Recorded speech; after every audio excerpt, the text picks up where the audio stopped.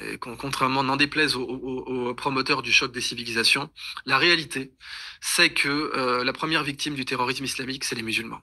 Et il suffit de regarder les statistiques de très loin, 99,9%, c'est pas une expression, c'est vraiment plus de moins de une personne sur 1000 dans les attentats islamiques dans le monde n'est pas musulmane. Alors évidemment, en Occident, ça nous choque à raison, et ça a raison de nous choquer parce que c'est inacceptable. Et on le voit avec la politique migratoire, l'autorisation de certains... Il fallait voir comment on était complètement complaisant vis-à-vis des financeurs du terrorisme en France. C'était scandaleux en effet. Et ça a raison de nous choquer en Occident. Mais la partie des Occidentaux qui meurt et qui est déjà inacceptable et qui est déjà contre laquelle on doit vraiment se prémunir, s'armer, mettre en place les bonnes mesures. Mais la partie qui meurt en Occident est epsilonesque par rapport à la partie qui meurt tous les jours dans les attentats terroristes de musulmans contre d'autres musulmans. Et donc, ça signifie quoi? Ça signifie qu'il y a tout un tas de musulmans qui vont soutenir des chefs autoritaires qui vont rétablir l'ordre et la paix.